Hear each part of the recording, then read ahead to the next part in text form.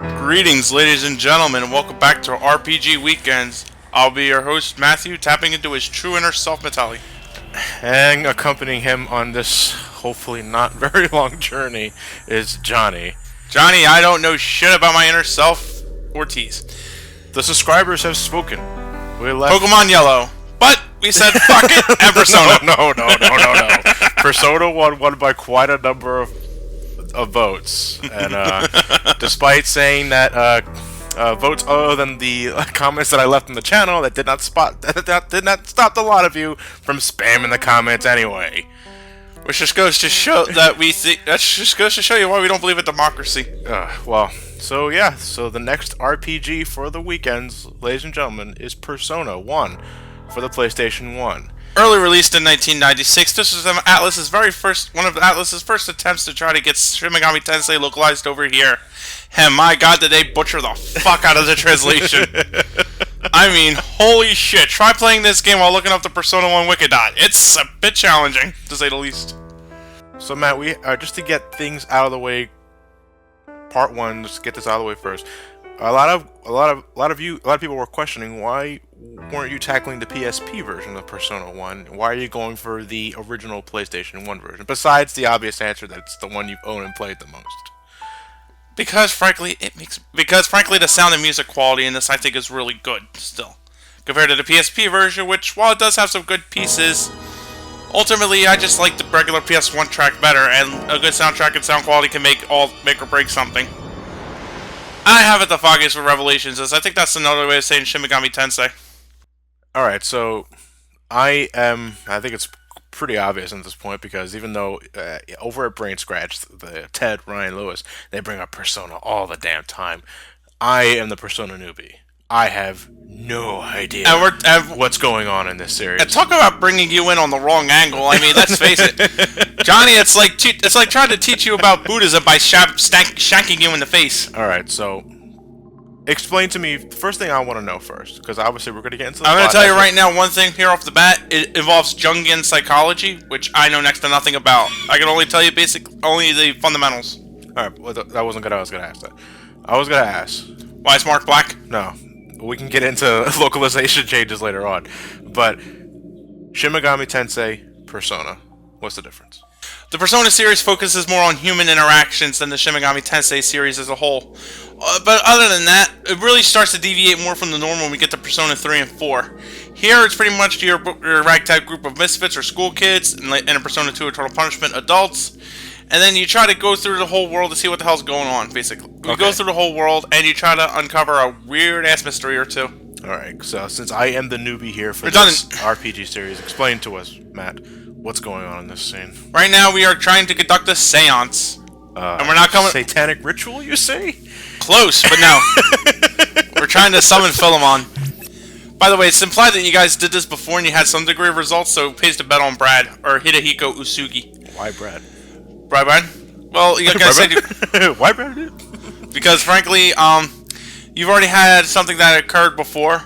Alan will confirm as much when we get to when something happens, so ultimately it just pays to bet on Brad. Are they floating above the grid? No. It may look like they are, but they're really not. It's just their shoes. Except for Brad, I think it's actually floating. Anyway, there's been a lot of changes. For example, Brad is actually known as Hidehiko Usugi, or Brown is his nickname. Mark is Masao Inaba. They kept Mark in the translation because Mark danced crazy, and that shit's awesome. This here is Ariko Kirishima, or Ellie Kirishima, or now Ellen.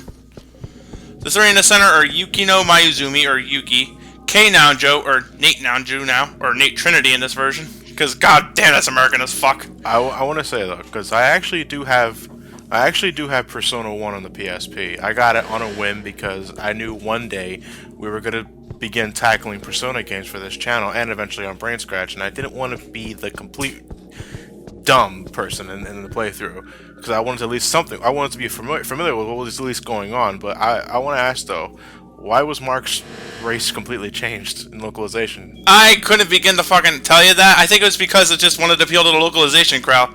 So Mark went from the token white kid in the Asian setting to the token African American kid in the white town setting. So basically, he's affirmative action.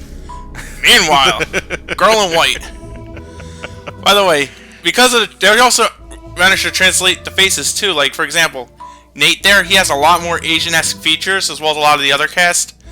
Because they came over to America, they now all have like a much more anglicized features. Like Elena there is supposed to be more like one of those, I want to say dried out, more like a really light-skinned Asian girl. Yeah. Now she's pure white pigtails. Ellen has like longer. So everyone was Americanized. Yeah. Except for maybe Reiji, and I think Yuki kind of gets away with it. Is there still anybody remotely Asian in this game? Yukino, and give or take what the palettes look like, I would say Reiji or Chris. Yeah, we get some real big name changes here. So I'm assuming the satanic ritual worked. Yeah, it's not technically a satanic ritual. You're summoning Philemon, which is... I didn't catch a Pokemon yet. We'll name one of the Philemon yet. Meanwhile, in the Freak Lightning Storm, we chose to stand around and get struck by lightning. They didn't pay the service fee.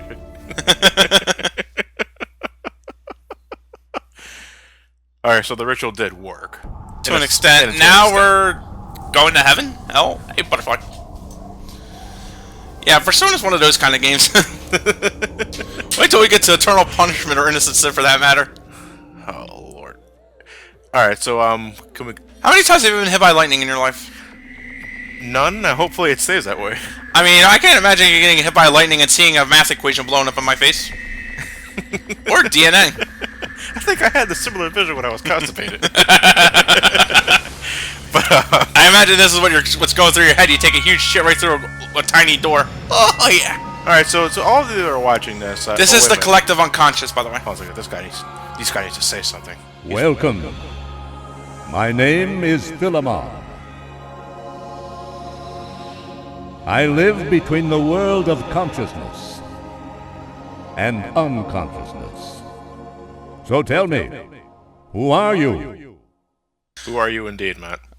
Well, truth be told, when I was growing up, my parents were kind of like assholes to me. They didn't even really want to know who the hell I was. So basically, I was just pretty much anglicized as, hey, you. And it kind of just went with that. So our main protagonist of Persona 1 is hey, you. By the way, I'd like to think of it actually as my father, who was in the hospital at the time. He was trying to get this one guy's attention when he meant to give the doctor the other person my baby name.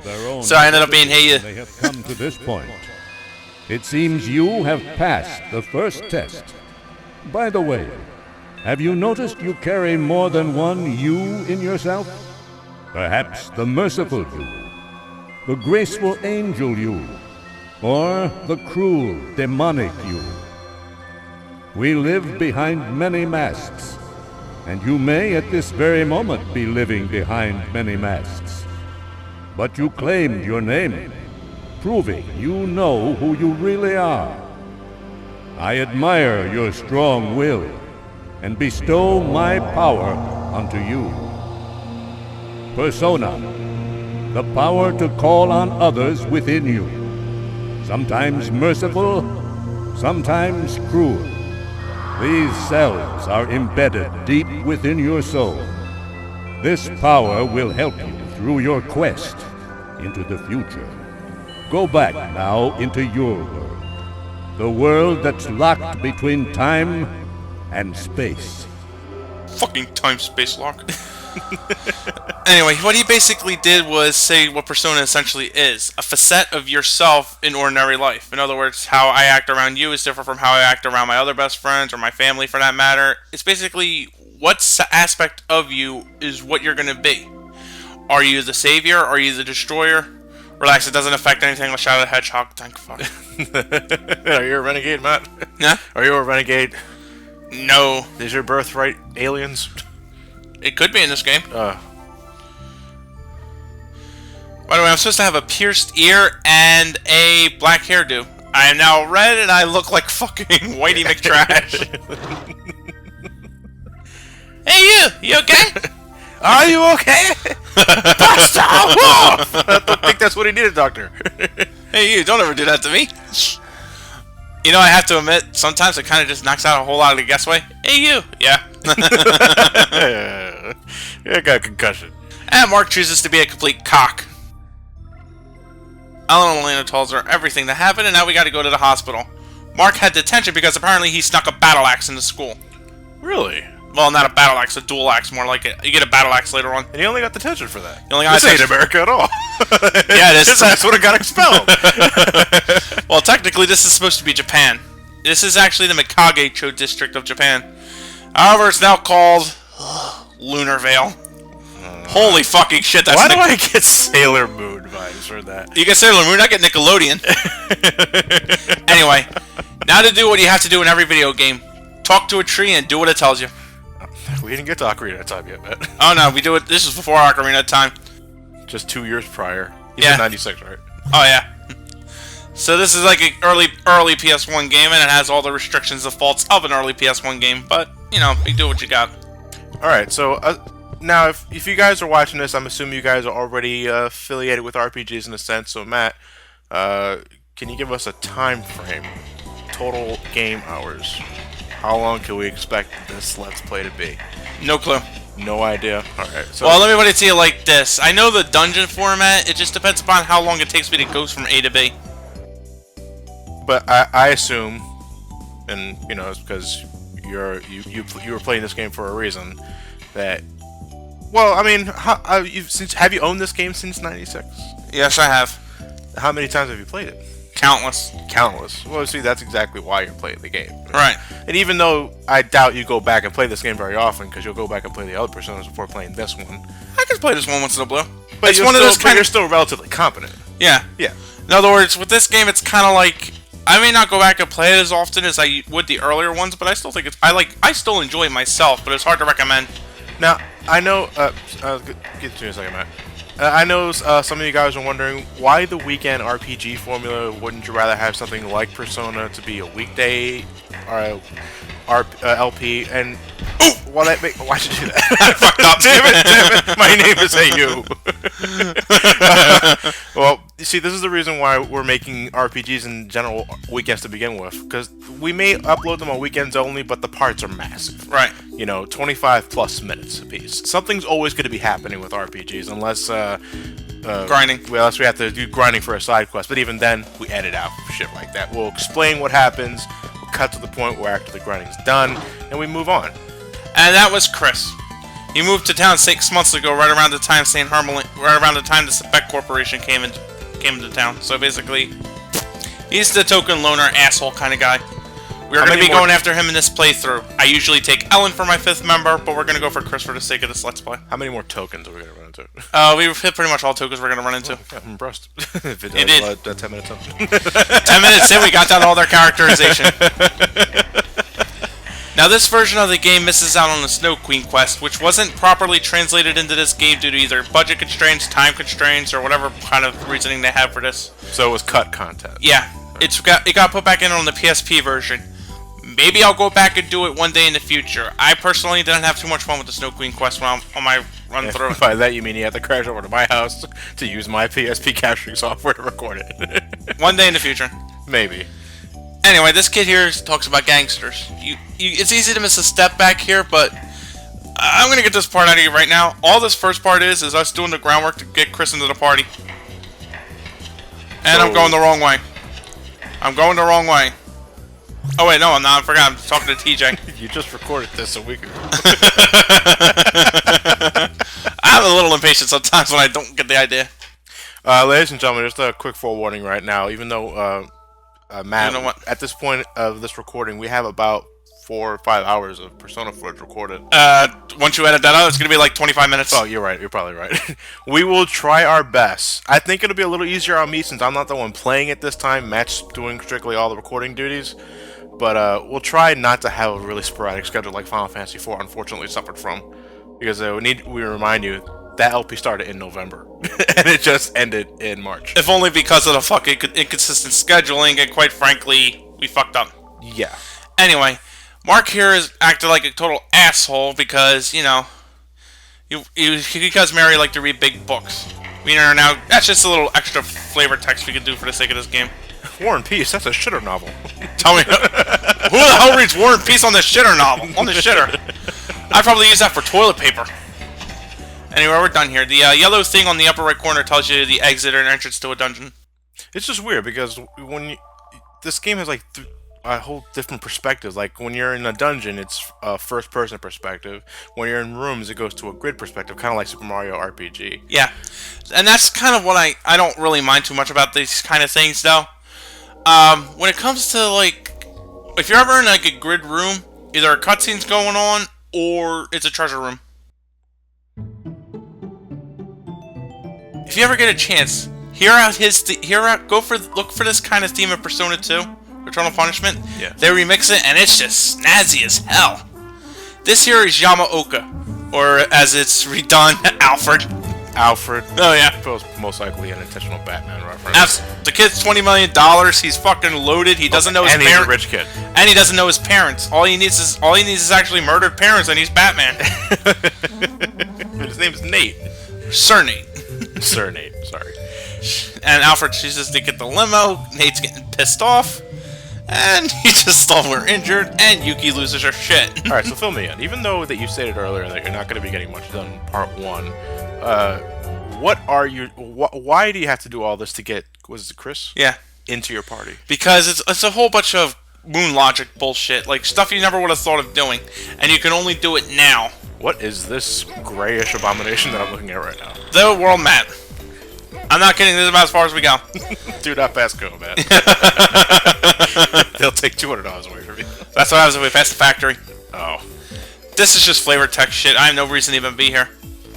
She's an old woman that came across a lot of money. They theorized she got it from plunging and stealing things from the ruins. So I should just rob the junkyard? She robbed the junkyard, but she must have found some valuable shit out of there. Hey, you! This old bag pissed me off. Well, I mean, she obviously has some sort of funds. She has a... Look at that painting in the background. Yeah, flammable. If you know what I mean. Oh, yeah. Too bad we can't actually burn it. Now, like I said, I just remember... I recorded this a week ago, but I seem to have some degree of apraxia, so I can't fucking remember what I did. Well, that's why. So it's going to be a surprise for me just as much as you guys. Well, you know, at least you have a map. You know, you got a compass, let you know which direction you're going.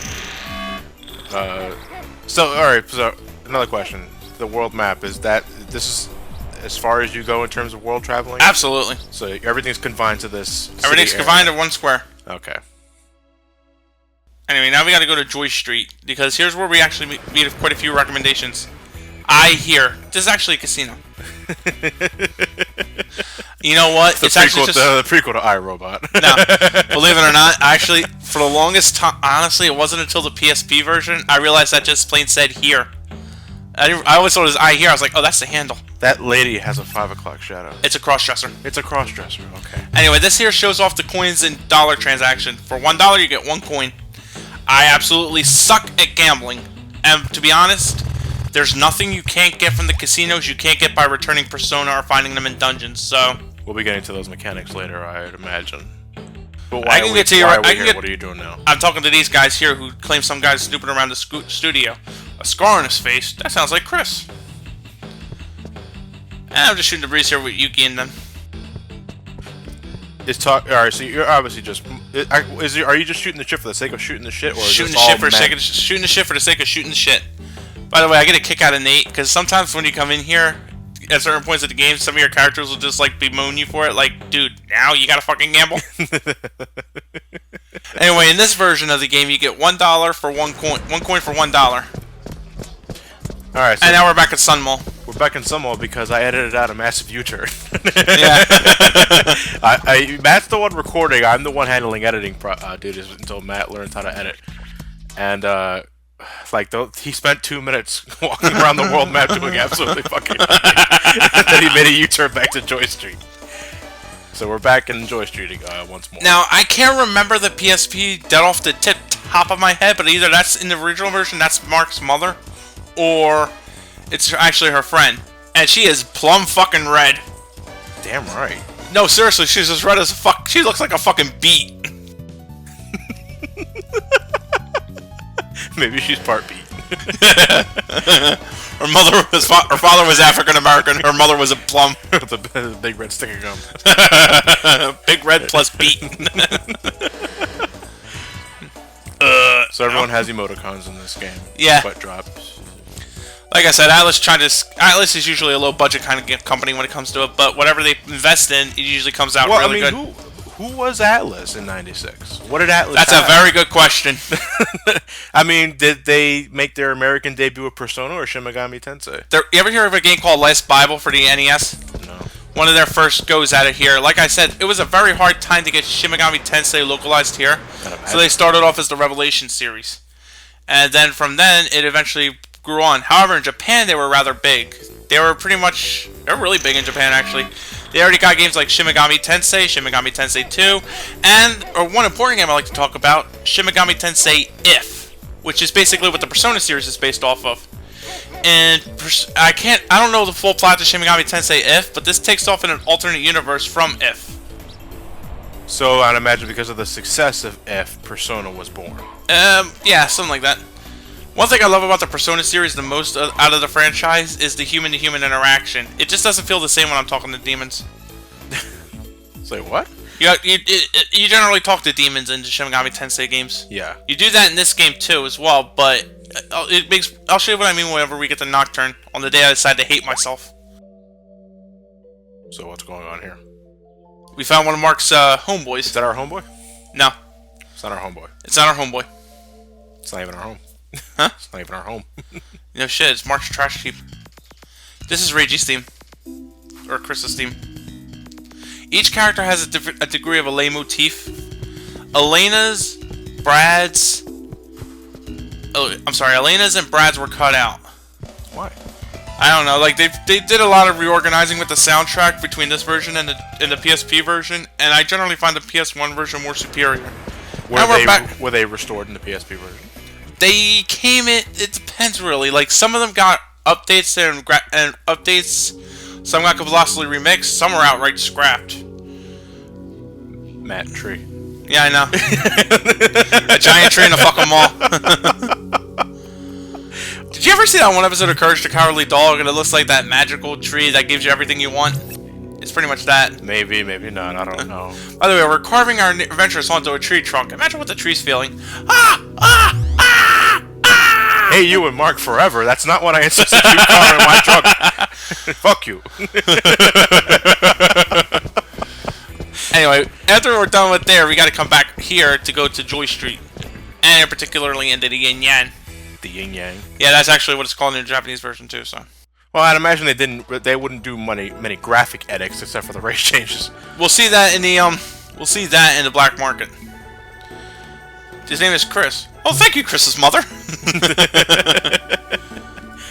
Why are we immediately drawn to her? Because unless you do that, you have no idea where the hell to even look for this. Uh-huh. Only talk to her once. Talk to her twice, you screw yourself out of getting them. I don't know why. What happens if you talk to her twice? She'll ask you if you've seen Chris around, and for some reason that screws you out of getting them. That's weird. It is. It's one of those moon logic puzzles. Why go so out of your way for Chris, though? I mean... Because Chris gains access to 2 higher level persona, both of which we're probably not going to see throughout the scope of this Let's Play. He's very good in terms of physical combat, and his starting persona, Brace, is strong against everything except holy magic. So it's actually a pretty good person to have around the party for the sake of that. Do you have to follow traffic laws, Matt, while you're running in the world map? Only until, the world goes to shit. Can you get into a car accident? No. I tried. I don't know why I tried, Fuck but... my life. And now we're in General Hospital. No, not the crappy daytime soup. I don't want to watch this anymore. Anyway, apparently Mark's been paying a few visits to Mary behind our backs. That girl's really rocking a pregnant belly in the bottom left. Oh shit! And that guy's not supposed. Why isn't that guy in the hospital bed? He's wrapped up like a fucking mummy. Tell me about it. Uh-oh, who's that? It's Alfred. Who's he talking? Nate. Oh, I always wanted an Atlas Cola. Tell me about it. The Jack Frost punch. Look out for the Mara topsicles, though. Dr. Persona. We'll see you next time on Dr. Persona. All right then.